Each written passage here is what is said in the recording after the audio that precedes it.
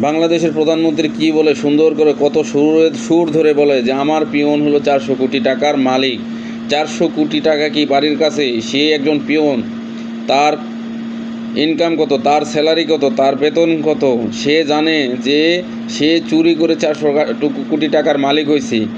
দেশের ভিতরে কে কে চুরি করে না করে সব কিছুই সে জানে, কারণ চোরের গডফাদার সেই। সে যদি না জানে সে কিভাবে বলে যে অমুকে এত 400 কোটি টাকার মালিক, অমুকে এত কোটি টাকার মালিক? এগুলি টাকা কার? এগুলি টাকা সরকারের? এগুলি টাকা না, এগুলি টাকা দেশের, এগুলি টাকা জনগণের। হ্যাঁ, দেশের জনগণ কখনো টাকা চুরি করে না, সরকারি দলের লোকজন চুরি করে। আর কি বলে সব টাকা বিদেশে পাচার হয় হুন্ডির মাধ্যমে, হুন্ডির মাধ্যমে। আরে হুন্ডির মাধ্যমে কখনো বিদেশে টাকা পাচার হয় না। হুন্ডির মাধ্যমে যদি টাকা পাচার হয় বিদেশ থেকে দেশে আসে, কখনো হুন্ডির মাধ্যমে টাকা বিদেশে পাচার হয় না। দেশের টাকা সবসময় বিদেশের টাকা হুন্ডির মাধ্যমে দেশে আসছে, এটি সরকারি দলেরা বলে। আর যারা বিদেশ থাকে তারা কি তাদের মুখ থেকে শোনেন, যত প্রবাসীরা আছে তাদের মুখ থেকে সবসময় শুনে আসবেন যে তারা দেশ থেকে কখনো 10 টাকা আনছে কিনা। যারা এখানে বিজনেসও করে তারাও কখনো দেখবেন যে দেশ থেকে আনছে কিনা, না তারাও আনে না কখনো। তখন তারা কি করে, যে কয়েকজনের কাছ থেকে হাওলাত নিয়ে ছোট করে ব্যবসা শুরু করে। বিদেশে কার কি আছে? কারো কিছুই নাই। আর যাই দেখেন যে সরকারি দলের লোকদের বিদেশে বাড়ি কেন? এই টাকাগুলি কোথায় আইছে? সেই টাকাগুলি কিভাবে নিয়ে গেছে? সেখানে কি কামাই করছে? হ্যাঁ, সেই টাকাগুলি হুন্ডির মাধ্যমে বিদেশে নিয়ে গেছে।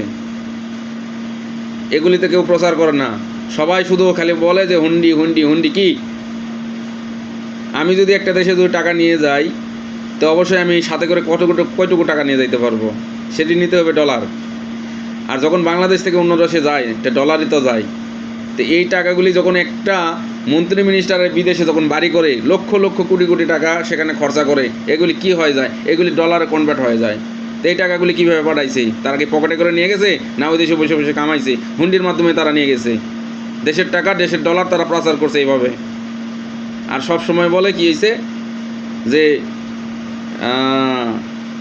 সাধারণ জনগণ, সাধারণ পাবলিক দেশ থেকে ডলার পাচার করে, দেশের সম্পদ পাচার করে। না, তারা কেউ পাচার করে না।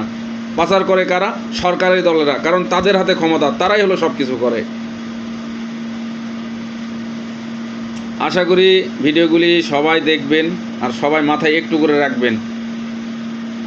শেখ হাসিনা মানুষকে তো বন্দিশালার মতো রাখছে, কাউকে কখনো কোনো কথা বলবার দেয় না। কোনো কিছু হইলেই নেটওয়ার্ক বন্ধ, কোনো কিছু হলেই পুলিশ।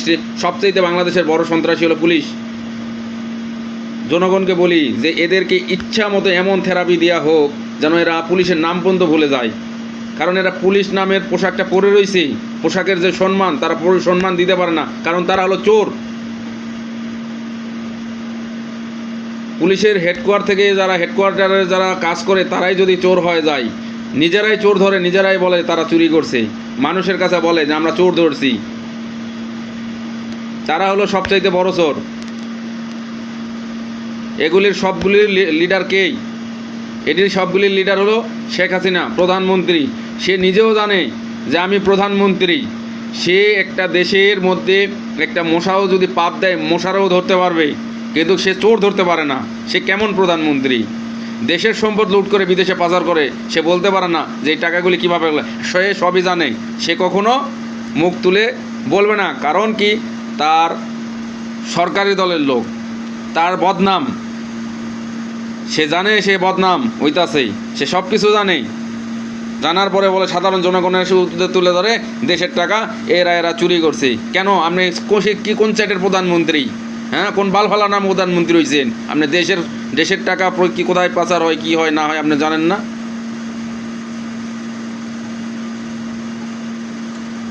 না জানার প্রয়োজন মনে করেন না? হ্যাঁ, রাজাকারের পোলাপান কারা, রাজাকার কারা সেইটা আপনি ভালো করে জানেন। আর আপনি যে নিজেই দেশের লোকের সাথে মির্জাফরি কাজকর্ম করতেছেন, তো মির্জাফরকেই রাজাকার মানলাম আমরা, রাজাকার। আপনি তো মির্জাফরকেও ছাড়ে গেছেন, দেশের জনগণের সাথে বেইমানি করেন।